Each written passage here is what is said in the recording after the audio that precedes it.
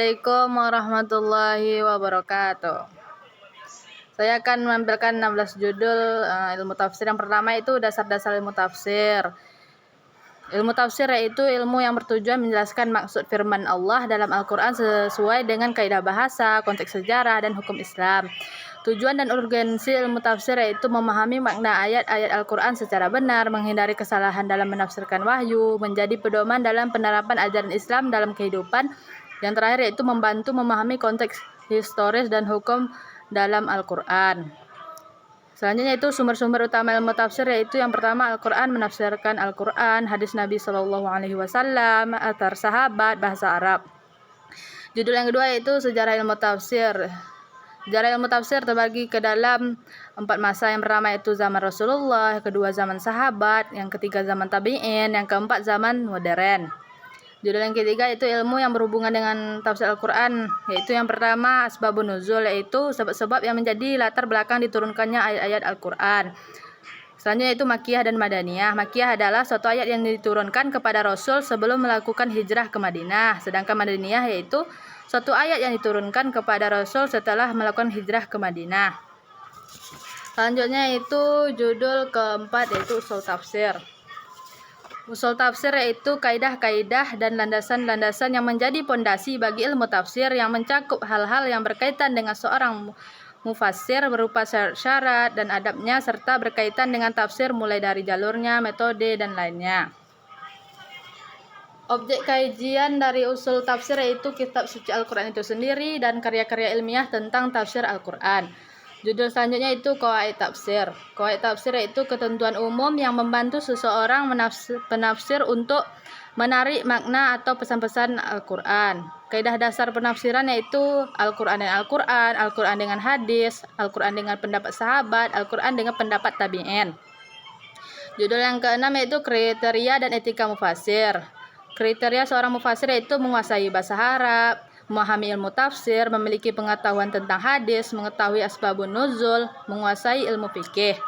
Etika seorang mufassir yaitu yang pertama ikhlas dalam menafsirkan, tidak menafsirkan Al-Quran dengan hawa nafsu, menghindari takwil atau penafsiran makna yang menyimpang, dan tawadu.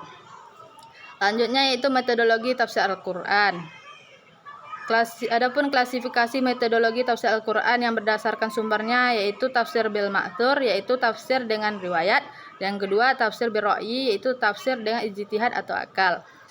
Selanjutnya itu yang berdasarkan pendekatan. Yang pertama itu tafsir tahlili atau analisis.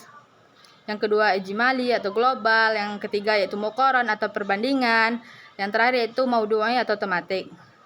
Selanjutnya berdasarkan coraknya, yang pertama itu tafsir fikih, hukum Islam. Yang kedua yaitu tafsir sufi atau tasawuf. Yang ketiga tafsir falsafi, filsafat Islam. Dan terakhir itu tafsir ilmi, sains dalam Al-Quran. Selanjutnya yaitu mazhab tafsir. Mazhab tafsir adalah aliran mazhab yang kecenderungan yang dipilih oleh seorang mufassir Al-Quran. Selanjutnya yaitu corak tafsir. Corak tafsir yaitu jenis-jenis, bentuk, dan sifat dari tafsir. Selanjutnya itu ad-dakhil fi tafsir, yaitu penafsiran yang tidak memiliki landasan yang valid dan ilmiah, baik dari segi Al-Quran, hadis sahih, pendapat sahabat dan tabi'in, maupun dari akal sehat yang memenuhi kriteria dan prasyarat ijtihad. Faktor yang menjadikan ad-dakhil semakin berkembang yang pertama itu politik dan kekuasaan, yang kedua kebencian terhadap Islam, yang ketiga itu fanatisme, yang keempat perbedaan mazhab, yang kelima ketidaktahuan. Selanjutnya itu ikhtilaf fi tafsir. Itu adalah perselisihan atau tidak sepaham dalam memberikan tafsir. Bentuk-bentuk ikhtilaf tafsir yaitu yang pertama ikhtilaf tanawu, dan yang kedua itu ikhtilaf taddad.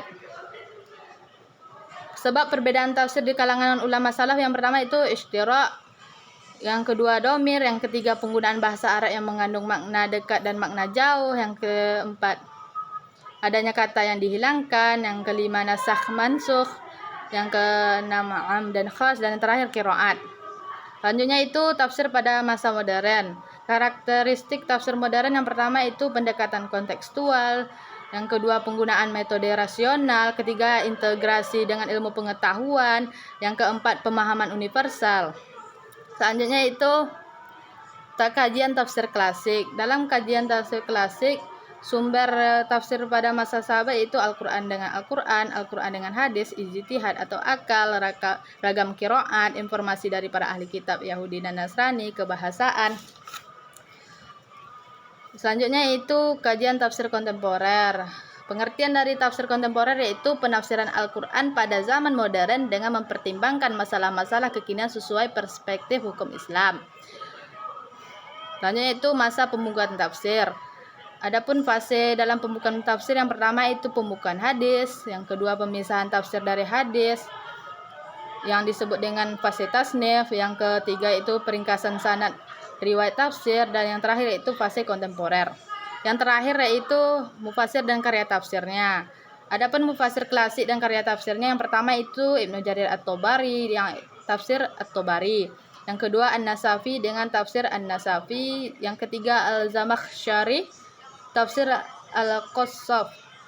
Yang keempat yaitu Ibnu Katsir dengan tafsir Al-Quran Al-Azim.